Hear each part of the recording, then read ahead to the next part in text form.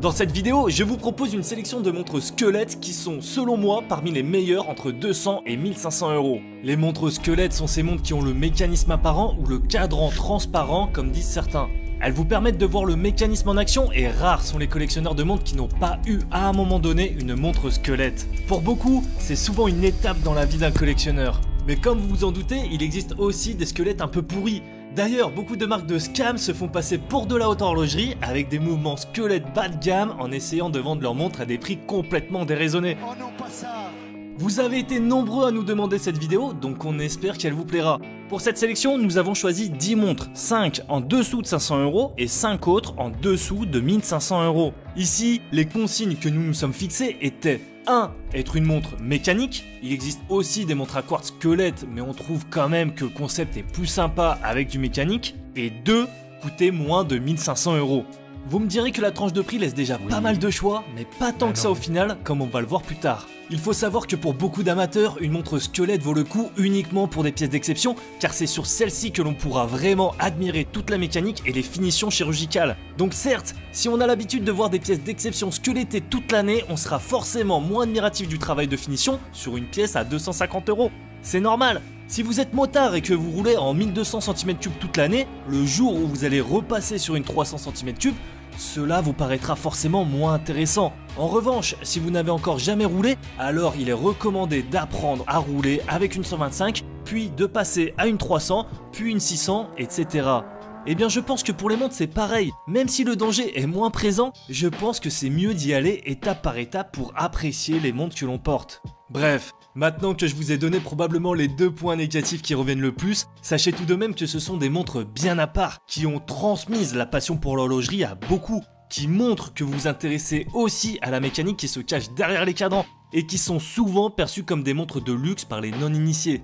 Bon, pour ce point, comme je vous le disais, certaines marques peu scrupuleuses l'ont bien compris et essayent de se faire un maximum de fric avec. Donc faites attention, faites bien vos recherches avant d'acheter. Je pense notamment parfois aux pseudo-marques de luxe qui sont sur les sites de vente privée et qui vous font croire que vous achetez une montre 500 euros alors qu'elle en vaudrait soi-disant 1500, mais que 2 semaines après, alors que vous vous baladez dans un parc, vous voyez une vis tomber. Pas de blague, c'est arrivé à un calibré qui m'a raconté sa mésaventure.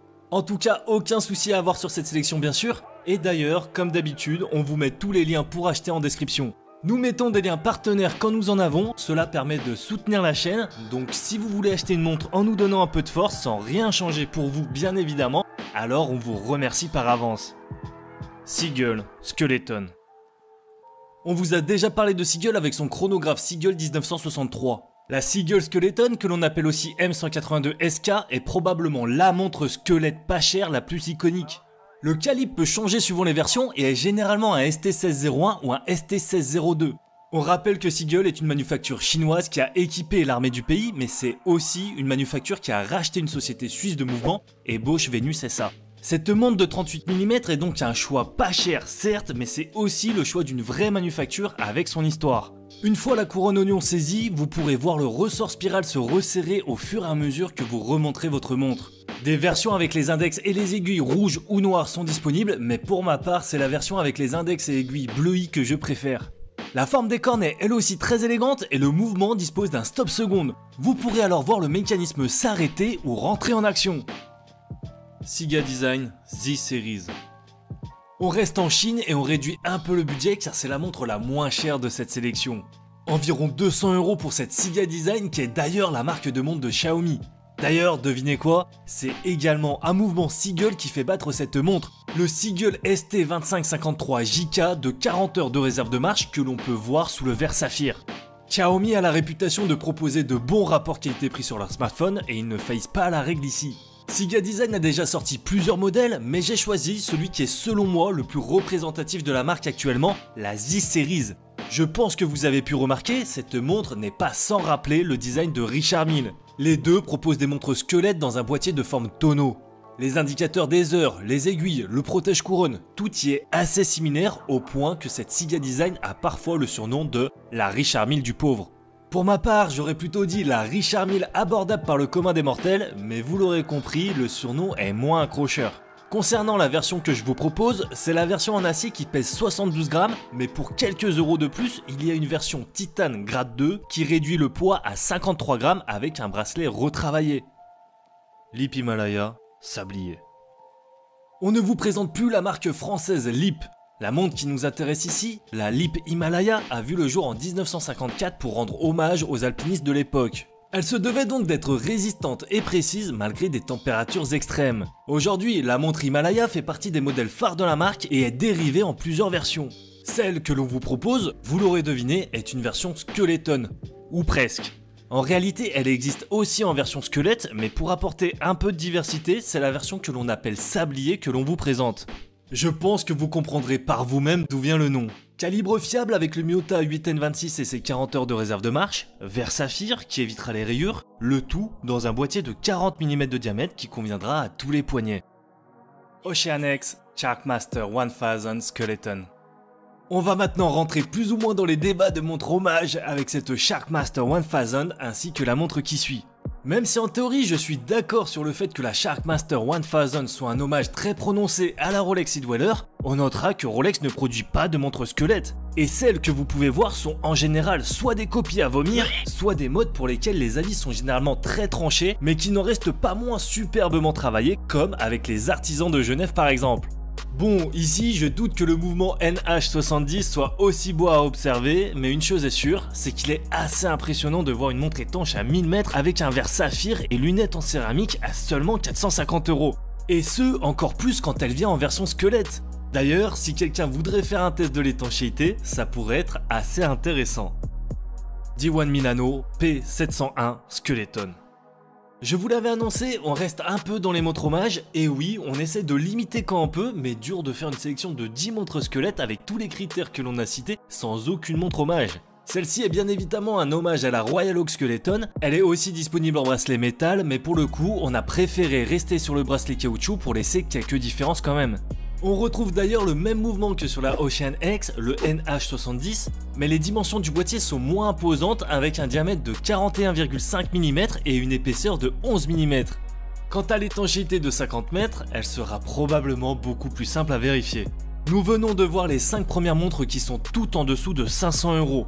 Pour les 5 prochaines, nous allons monter un peu le budget et on va directement passer à la tranche de prix entre 1000 et 1500 €, car on trouve que la tranche de prix entre 500 et 1000 est assez mal représentée pour ce qui est des montres squelettes. Nous n'en avons pas trouvé pour lesquelles nous avons eu un vrai coup de cœur, mais si vous avez une idée, vous pouvez nous la donner en commentaire, ça peut être utile. Allez, on continue. Orient Star Avant-Garde Skeleton. Pour moi, cette montre est un peu entre un cœur ouvert et une montre squelette, mais bon, la marque l'appelle la Orient Star Skeleton, donc je suppose qu'on peut la mettre dans cette sélection. Je trouve l'équilibre de cette montre très réussi, que ce soit de par sa lunette et ses index, mais aussi par les 3 complications que l'on peut retrouver. La réserve de marche à midi que l'on retrouve souvent sur Orient Star, la petite seconde à 6 h ou encore l'ouverture sur le balancier à 9 h. Deux choses en revanche qui sont à prendre en compte, elle est assez lourde et le diamètre de son boîtier est un peu trop grand. Il existe également des versions avec lunettes noires, ce qui rendra peut-être la montre un peu moins large visuellement, mais je vous déconseille de la prendre si vous avez un poignet plutôt fin. Hamilton Jazzmaster Auto H425-35-610. Passons maintenant avec 2 montres d'une marque que l'on aime bien dans nos sélections, Hamilton. Enfin, on peut même peut-être dire 3. Pour commencer avec la première, c'est une Jazzmaster qui fait incontestablement partie des collections les plus connues de la marque suisse. La Jazzmaster existe en 2 aiguilles ou en 3 aiguilles, avec ou sans date, avec ou sans réserve de marche, avec ou sans guichet de jour, en chronographe, en régulateur, en cœur ouvert et enfin en squelette.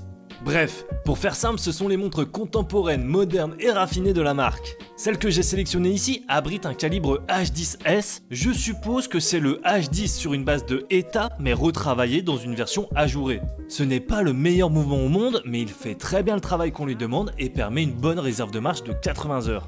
En réalité, c'est un mouvement ETA C07111 qui est lui-même sur une base de ETA 28-24-2, sauf qu'on a passé la fréquence de 28 800 à 21 600 alternances par heure afin d'économiser un peu d'énergie et donc de gagner sur la réserve de marche. Le verre est en saphir et j'aurais apprécié un diamètre un petit peu plus petit, même si les dimensions restent assez bonnes avec 40 mm de diamètre, 11 d'épaisseur et une entrecorne de 20 mm qui vous permettra de changer de bracelet si besoin. Attention tout de même, les cornes ne sont pas percées. Hamilton Jazzmaster Viewmatic Skeleton. Une autre montre Hamilton et une autre variante de la Jazzmaster. On trouve le rapport qualité-prix d'Hamilton excellent sur cette gamme de prix et ils sont aussi présents sur les montres squelettes. C'est cette fois-ci une Jazzmaster Viewmatic que l'on vous propose. L'ajourage du cadran est un peu différent et on retrouve le logo Hamilton à midi avec les mentions Viewmatic Hamilton tout du long. Avec son revêtement en PVT rose, cette montre pour homme fait un peu plus habillé, mais si je l'ai mise, c'est aussi pour sa version Lady, la Jazzmaster Viewmatic Skeleton Lady Auto H324 05 811, qui est pour moi une des montres squelettes pour femmes les plus élégantes en dessous de 1000 €. Même mouvement H10S, même étanchéité, et on réduit le boîtier à 36 mm. Edox Delphine Mécano. Edox est une marque suisse qui a été créée par Erawatch à la fin des années 50 et qui met un point d'honneur à faire assembler toutes leurs montres à la main par leurs horlogers. La première Delphine, lancée en 1961, avait un système de couronne appelé Double O-Ring, un système ingénieux utilisant un double joint qui permettait à la montre une étanchéité jusqu'à 200 mètres sans pour autant être vissée. Sur cette mécano, le cadran est composé de 6 fines branches en alliage qui peut faire penser au logo Edox en forme de sablier, ou alors pourquoi pas à un enjoliveur de voiture. Elle me fait aussi penser à la Zenith DeFi Skeleton, mais en plus abordable. J'ai pris la version Silver Blue, mais la Golden Black est aussi sympa et son bracelet caoutchouc lui amène quelque chose de plus casual et sport qui me ferait peut-être pencher sur celle-ci. Par contre, la Grain Black est vraiment trop peu lisible selon moi, c'est limite un cadran fantôme à ce stade-là. Gros point négatif aussi sur la lume qui est vraiment décevante pour une montre censée pouvoir aller nager avec les dauphins. En revanche, si la visibilité en profondeur est moyenne, la profondeur du cadran est elle bien remarquable et bien agréable à regarder. Je précise aussi que sur celle-ci, il faudra penser à visser sa couronne avant d'aller nager. Tissot T-Complication Squelette. Pour finir en beauté, c'est une Tissot T-Complication Squelette que l'on vous propose. J'aime beaucoup celle-ci car elle fait partie des montres squelettes qui nous laissent vraiment la possibilité de pouvoir voir tous les détails et une des raisons du pourquoi je l'ai gardée pour la fin, c'est que c'est la seule montre mécanique à remontage manuel de cette sélection. Autrement dit, elle ne se remonte pas automatiquement avec la masse oscillante en la portant au poignet comme les autres. Je sais que pour certains cela est contraignant de devoir remonter sa montre tous les jours, surtout quand on est pressé, mais pas pour moi. Je trouve au contraire que ça rajoute un peu de poésie avec un moment plus calme en prenant le temps d'apprécier cet objet tout en se préparant à une nouvelle journée comme un petit rituel entre nous et notre garde-temps. Cela fait d'autant plus de sens avec une montre squelettée car comme on le disait avec la première montre de cette sélection, la Seagull pour ceux qui suivent, cela vous permettra de voir le ressort spiral se resserrer au fur et à mesure que vous remonterez votre montre. L'autre avantage d'avoir une montre qui n'est pas à remontage automatique, c'est que vous n'aurez donc pas de masse oscillante qui pourrait venir cacher des éléments au dos du mouvement. Ici, absolument tout est visible et le calibre ETA 6497 n'aura donc plus de secret pour vous à force de l'admirer. Et il faut bien se l'avouer, il est quand même nettement plus joli à regarder qu'un NH70 par exemple. Encore une fois, dites-nous en commentaire quelle est selon vous la meilleure montre squelette à moins de 1500 €. Merci d'avoir regardé cette vidéo jusqu'à la fin. Si elle vous a plu, n'hésitez pas à nous le faire savoir en cliquant sur le bouton j'aime. Quant à moi, je vous dis à tout de suite sur une des deux vidéos qui s'affichent.